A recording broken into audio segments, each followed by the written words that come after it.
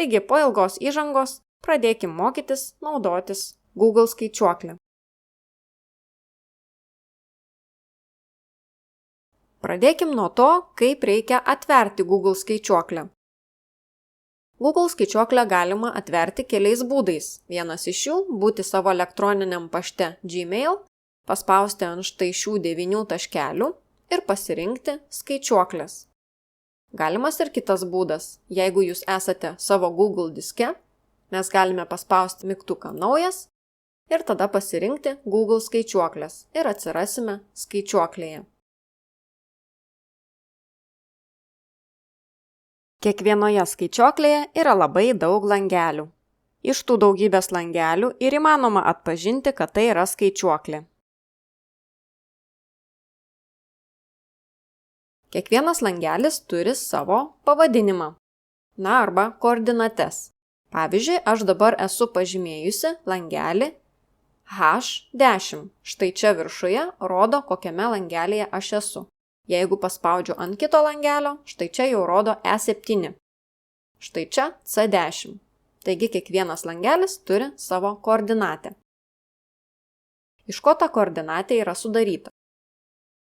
Iš stulpelio raidės, štai čia yra stulpelis, pavyzdžiui, stulpelis F, stulpelis G, stulpelis H ir taip toliau. O štai čia yra eilutės, pavyzdžiui, 1 eilutė, 8 eilutė, 15 eilutė ir taip toliau. Tai jeigu aš esu 15 eilutėje ir antrame stulpelyje, tai yra stulpelyje B, tai aš esu langelyje B15. O dabar pasižiūrėkim, kaip rašyti į langelį. Koks langelis pažymėtas, tokiame langelyje ir rašysime. Tai tiesiog paspaudus ant langelio, jeigu aš pradėsiu rašyti tekstą, jis langelyje ir įsirašo. Kas toliau, kai mes baigiame parašyti tai, ką norėjome? Mes galime rinktis kelis variantus. Vienas iš jų yra spausti klavišą Enter klaviatūroje. Kai paspaudžiame Enter, mes patenkame į apatinį langelį. Tai yra labai naudinga, jeigu mes norime duomenis surašyti stulpeliu. Tai pavyzdžiui, jeigu norime antrame langelyje rašyti, tiesiog rašome, spaudžiame Enter, patenkam į trečią langelį. Toliau kažką kitą rašome, vėl Enter, pataikom į ketvirtą langelį, ir taip toliau ir taip toliau. Jeigu norime važiuoti langeliais žemyn, visuomet spaudžiam Enter. O jeigu mes norime rašyti tekstus į šoną, tai mums reikėtų įrašius tekstą į langelį spausti ne Enter, nes jeigu paspaudžiam Enter, važiuojam žemyn, o jeigu norim į šoną, tai vietoje Enter spaudžiame klaviatūroje klavišą Tab. Ir tada patenkame į kitą langelį. Ir čia kažką parašau, ir vėl spaudžiu Tab, ir vėl parašau, ir vėl spaudžiu Tab. Ir taip keliauju į dešinę. Vaikščioti per langelius galime ir su pelyte, spaudinėdami kairį pelės klavišą, arba su klaviatūros rodyklėmis į viršų, į kairę, į dešinę ir žemyn. Įrašyti tekstą į langelį galima ir šiek tiek kitaip. Kai aš esu pažymėjusi langelį, aš galiu nueiti štai čia į viršų, viršuje yra tokia eilutė, ji vadinasi formulės eilutė.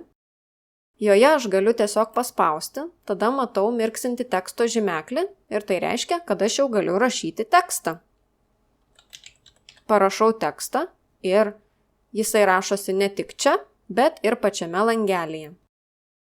Paspaudus Enter, aš nukeliauju į kitą langelį.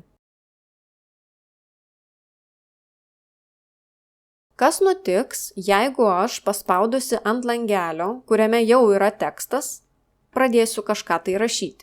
Pasižiūrėkime. Pavyzdžiui, noriu parašyti žodį palanga.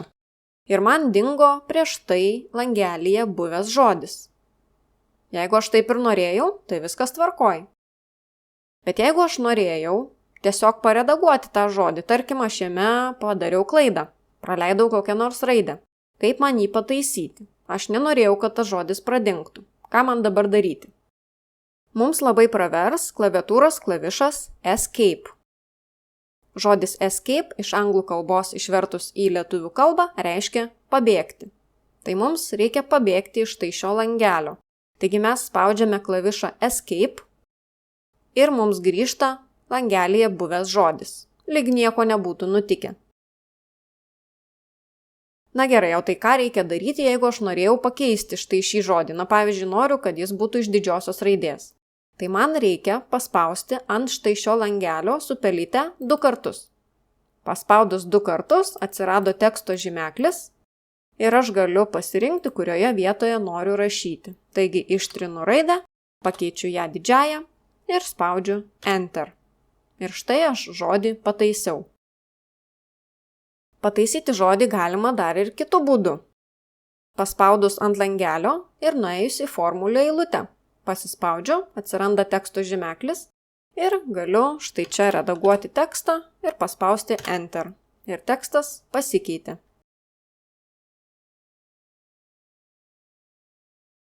Jeigu aš neįmatau, kas yra tose langeliuose, nes man tekstas yra per mažas arba per didelis, aš galiu pasikeisti programos mastelį, kur Google skaičiuoklėje yra mastelis.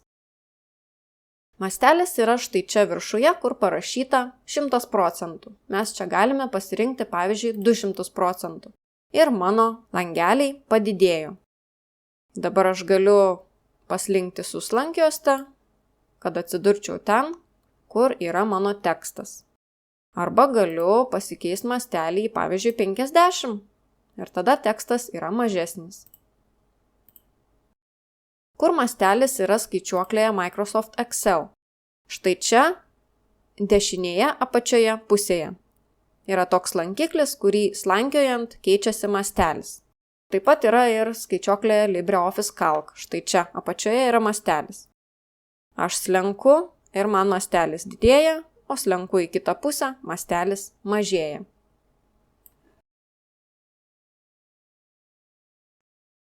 Gerai, tai mes kol kas dirbome po vieną langelį, kiekviename langelyje įrašinėjome tekstą. Tarkim, mes norėtumėm dabar visus tuos žodžius padidinti, arba juos visus perspalvinti, arba pakeisti visų šitų žodžių šriftą ir taip toliau. Mums tada reikėtų pažymėti visus norimus langelius. Paspaudžiu ant vieno langelio, laikau kairį pelės klavišą ir tempiu. Ir važiuoju su pelytė į šoną. Ir tada klavišą paleidžiu.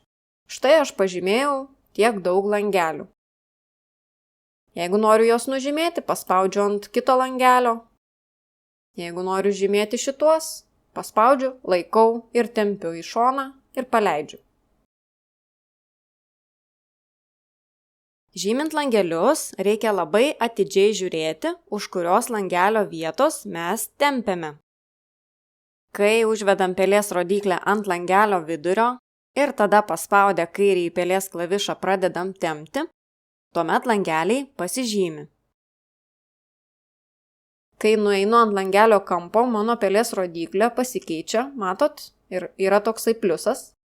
Jeigu aš matau šitą pliusą ir aš važiuosiu žemyn, tai yra spaudžiu dabar kairį pelės klavišą, jį laikau ir važiuoju žemyn, matot, atsiranda tokia punktyrinė linija. Ir dabar, kai aš paleisiu kairį pelės klavišą, pasižiūrėkim, kas bus. Paleidžiu klavišą ir kas atsitiko? Man dingo tie žodžiai, kurie čia buvo parašyti ir visur atsirado žodis labas. Aš dabar atšauksiu veiksmą ir pabandykim pasiaiškinti, kas čia įvyko. Jeigu aš tempiu už langelio kampo, tada įvyksta kopijavimas. Tiesiog man prisikopijavo labai daug žodžių labas. Jeigu aš patempčiau už žodžio urvas, už kampelio, žemyn, tai visur būtų žodis urvas. Šitaip skaičiuoklė kopijuoja. Galima tempti už kampelio ir į šoną. Ir kai paleidžiu, kopijuojasi į šoną. Naudojant tokį kopijavimo būdą, galime sudaryti numeruotus sąrašus arba skaičių sekas. Pavyzdžiui, aš įrašau vienetą, paspaudžiu Enter. Jeigu aš nueisiu į tą langelį, kuriame yra vienetas ir patempsiu štai šio kvadratėlio žemyn, man bus visur vienetai. Bet jeigu aš padarysiu šiek tiek kitaip, dabar atšauksiu veiksmą, jeigu aš parašysiu antrame langelyje dvejetą, tada pažymėsiu abu langelius ir patempsiu už kampelio žemyn, tada man gaunasi numeracija. Ir taip man nereikia savom rankom įvedinėti numerių. Galima padaryti ir kitokias skaičių sekas. Na, pavyzdžiui, jeigu viename langelyje aš parašau 2, o kitame 4, tada jos abu pažymiu ir tempiu už kampelio ir paleidžiu, tada aš gaunu skaičius, kurie keičiasi kas 2. Kitaip tariant, aš gavau lyginius skaičius. Galiu gauti ir nelyginius. Pavyzdžiui, 1 ir 3, pažymiu abu langelius, patempiu žemyn ir gaunu visus nelyginius skaičius. Galiu gauti kokią tik nori seką. Pavyzdžiui, noriu, kad skaičiai keistusi kas 5. Tai patempiu ir gaunu 5, 10, 15, 20 ir taip toliau. Gerai, dabar pratrinkim tai, ką čia prirašėm. Tai aš pasižymėsiu langelius ir paspausiu klavišą Delete. Klavišas Delete ištrina duomenis. Nueikime į kitą skaičiuoklės failą, kuriame aš turiu susirašiusi daug visokiausių duomenų. Ir tarkim, aš dabar noriu, kad visos gyvenamosios vietos, kokios štai čia yra surašytos, jų visų teksto dydis būtų didesnis. Arba visi šie žodžiai būtų nuspalvinti kitą spalvą. Ką man reikėtų padaryti? Aš galiu žymėti visus šitos langelius, žymėti, į apačią važiuoti, bet taip yra labai nepatogu, ar ne? Aš aišku galiu važiuoti, kiek čia tų duomenų, bet jeigu tų duomenų bus 1000, tai aš per 1000 langelių nevažiuosiu žemyn, ar ne? Turi būti kažkoks greitesnis būdas tam pačiam veiksmui pasiekti. Tai mums reikia tiesiog pažymėti visą C stulpelį, nes C stulpelyje yra visa tai, ko man reikia. Kaip pažymėti stulpelį? Reikia tiesiog paspausti ant raidės C ir visas stulpelis pasižymės. Kodėl ne ant raidės D? Na, nes man reikia šito stulpelio. Jeigu aš noriu pasižymėti stulpelį D, spausiu ant raidės D, arba ant raidės E, arba ant F. Tai štai šitaip galima pažymėti stulpelius. Taigi, paspaudus ant raidės C, aš galiu pakeisti teksto dydį. Ir štai visame šiame stulpelyje pasikeitė teksto dydis. Jeigu šito nenorėjau, tai tą vieną langelį ir pakeisiu kitaip, o visi kiti bus didesni. Ir kaip sakiau, galima keisti ir šriftą, ir pasikeičia visam pažymėtam stulpeliui. Gali būti, pavyzdžiui, pusjuodis stilius, na ir taip toliau. Mintį turbūt supratot. Viskas lygiai taip pat yra ir su eilutėmis. Pavyzdžiui, aš noriu 10 eilutę pakeisti, tai aš ją pažymiu, paspaudžiu ant 10, visa eilutė pasižymėjo, na ir aš dabar galiu, pavyzdžiui, spalvinti.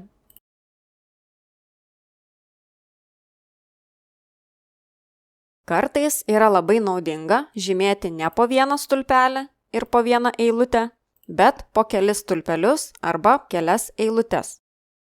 Kuom tai naudinga? Įsivaizduokit, kad man reikia padidinti visos šitos lentelės tekstą. Yra 2 būdai tam padaryti. Vienas iš jų yra lėtesnis, o kitas greitesnis. Lėtesnis yra pasižymėti vieną stulpelį, tada pakeisti dydį, na, tarkim, į 14. Toliau pasižymėti kitą stulpelį ir tada vėl pakeisti jo dydį ir pasižymėti dar vieną stulpelį ir vėl pakeisti dydį. Ar pastebėjot, kad mes daug kartų pakartojom tą patį veiksmą? Daug greičiau būtų, jeigu aš būčiau tiesiog pasižymėjus visus 3 stulpelius ir tada nustačiusi raidžių dydį. Kaip tai padaryti? Mums reikia su pelės rodykle nueiti prie stulpelio pavadinimo, tai yra prie stulpelio raidės, laikyti kairį pelės klavišą ir nepaleisti ir važiuoti į šoną. Ir štai pasižymėjom 3 stulpelius.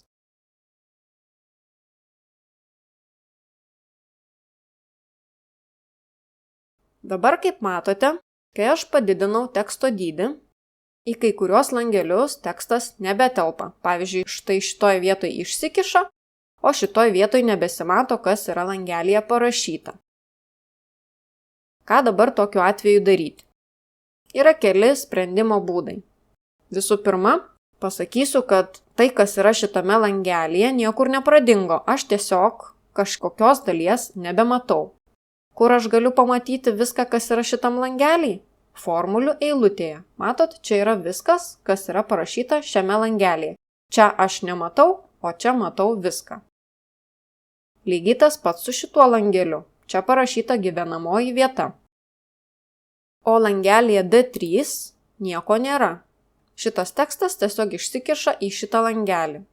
Na ir atrodo toks vaizdas, lyg tekstas būtų šitame langelyje, nors jisai iš tikrųjų yra tuščias. Taigi, kaip spręsti tą problemą, kai tekstas netelpa? Vienas iš būdų yra pakeisti stulpelio dydį. Jeigu mes norime pakeisti stulpelio C dydį, mums reikia susirasti tą vietą, kur susijungia stulpelis C ir stulpelis D. O ta vieta yra štai šita linija. Ant tos linijos reikia su pelės rodykle užeiti taip, kad pelės rodyklė pasikeistų. Štai dabar aš jau pataikiau į tą vietą. Kaip matot, mano pelės rodyklė pasikeitė. Ir aš matau dvi rodyklytes. Viena rodo į kairę, o kita rodo į dešinę. Tai kai tokį vaizdą matome, spaudžiam ir laikom kairį pelės klavišą ir važiuojam į šoną. Na, o dabar jau galiu paleisti pelės klavišą ir štai stulpelio dydis pasikeitė. O jeigu vėl nueisiu prie tos vietos ir tempsiu į kitą šoną, tada stulpelis sumažės. Su eilutėmis lygiai tas pats. Jeigu aš noriu padidinti trečią eilutę, tai aš turiu susirasti liniją, kur susijungia trečia ir ketvirta eilutė. Štai čia. Nuvedu pelytės rodyklę, pasižiūriu, kad ji būtų pasikeitusi, na ir tada laikau kairį pelės klavišą ir tempiu žemyn. Ir paleidžiu. Arba galiu važiuoti aukštyn. Taigi laikau pelės klavišą, važiuoju aukštyn ir paleidžiu. Na, dabar pasikalbėkim apie kitą būdą, kaip galima sutalpinti tekstą į vieną langelį. Visų pirma, nueikim į tą langelį ir susirandam dabar tokį mygtuką. Jis vadinasi teksto skaidymas eilutėmis. Šalia jo yra toks mažytis trikampėlis, tai mes ant jo paspauskim ir mums yra 3 variantai. Pirmas variantas vadinasi perpildymas, antras skaidymas ir trečias apkirpimas. Dabar yra parinktas perpildymas. Kitaip tariant, mūsų tekstas išsikiša į kitą langelį. Jeigu mes parinksim antrą variantą, kuris vadinasi skaidymas, tada mano tekstas pasidalina į 2 dalis. Kaip matot, tekstas labai gražiai sutilpo. Na ir pasižiūrėkim, ką daro trečias variantas. Apkirpimas. Paspauskim ir, kaip matot, įtilpo vienas žodis, o kitas žodis nebeišsikiša į šitą langelį. Bet tas žodis tame langelyje vis dar tebėra. Pasižiūrim į formulės eilutę ir štai matom gyvenamoji vieta. Tai jeigu norime sutalpinti tekstą, kad jis pasidalintų į keletą eilučių, pasirinkime skaidymas. Na ir jeigu dar netilptų vienas žodis į vieną eilutę, na pavyzdžiui, padarykim štai taip, šitaip atrodo labai negražu, tai kad būtų gražiau, pakeičiam stulpelio dydį ir tada viskas atrodo labai gražiai. Yra ir dar vienas toks greitas būdas, kaip sutalpinti tekstą į langelius. Na, pavyzdžiui, pas manęs tekstas netelpa į stulpelį A, tai vietoje to, kad aš iš rankos dabar paimčiau ir tempčiau ir nustatinėčiau stulpelio plotį, aš galiu padaryti daug greičiau. Tai yra, skaičiuoklė pati man gali praplatinti štai šį stulpelį, į kurį netelpa tekstas. Tai man reikia nueiti į susijungimą, kur susijungia stulpelis A su B. Ir tada, kai mano pelytės žymeklis pasikeičia į tas 2 rodyklės, kur viena rodo į kairę, kita į dešinę, šitoj vietoj aš labai greitai turiu nuspausti kairiuoju pelės klavišu. 1, 2 ir skaičiuoklė pati praplatino mano stulpelį tiek, kad tekstas sutilptų. Tai štai ir trečias būdas, kaip sutalpinti tekstą į langelius. O dabar pasikalbėsim apie teksto lygiuotes. Kaip pavyzdį paimsiu visų pirma tuščią langelį. Ir į tuščią langelį įrašysiu, tarkim, skaičiuką kokį nors. Štai šitame langelėje tas skaičiukas dabar yra langelio dešinėje pusėje. Kitaip tariant, šio langelio lygiuotė yra dešininė, nes skaičius yra dešinėje pusėje. Lygiuotės iš viso yra 3. Yra kairinė, taigi paspaudžiu štai čia, ir mano skaičius nušoka į kairę pusę. Yra centrinė lygiuotė, tai skaičiukas nušoka į centrą, ir yra dešininė lygiuotė, ir skaičiukas nušoka į dešinę pusę. Taigi štai čia yra horizontaliosios teksto lygiuotės, nes skaičiukas, kaip matėt, šokinėjo horizontaliai iš kairės į dešinę. Yra ir dar kitokios lygiuotės, tai yra vertikalios. Kaip matote, tas skaičiukas dabar yra langelio apačioje. Jis gali būti ir langelio viršuje, ir centre. Vertikalios lygiuotės yra štai čia. Čia yra išversta horizontalusis lygiavimas ir vertikalusis lygiavimas. Taigi pasirinkam vertikalų lygiavimą ir jeigu paspaudžiam patį pirmą, tai mano skaičius nušoka į viršų, pasirinkus per vidurį nušoka į vidurį ir pasirinkus į apačią, skaičiukas nušoka į apačią. O ką reikėtų daryti, jeigu aš noriu, kad skaičiukas būtų visiškai langelio centre? Nusireguliuoti reikės 2 lygiuotės, ir horizontalę, ir vertikalę. Tai horizontalę pasirenkam, kad būtų centre, ir vertikalę pasirenkam, kad būtų centre. Ir štai mūsų skaičiukas yra langelio centre. Dabar teksto lygiuotės nustatykim šiai lenteliai. Parodysiu 2 būdus. Vieną geresnį ir vieną blogesnį. Tarkim, aš noriu, kad visi miestai būtų per centrą. Dabar yra čia kairinė lygiuotė, o aš noriu visiems miestam uždėti centrinę lygiuotę. Tai kaip nepatariu daryti. Nepatariu pažymėti vieno langelio, nustatyti lygiuotės, pažymėti antrą langelį, nustatyti lygiuotę, pažymėti trečią langelį, nustatyti lygiuotę, tada 4, nustatyti lygiuotę ir taip toliau. Šitaip gaištasi labai brangus laikas, ar ne? Visada yra greitesnis būdas, kaip atlikti pasikartojančius veiksmus. Tai vietoj to, kad mes po vieną langelį žymėtumėm, mes turim pasižymėti visą lentelę. Tai kol kas aš pažymėsiu 3 stulpelius ir nustatysiu jiems norimą lygiuotę.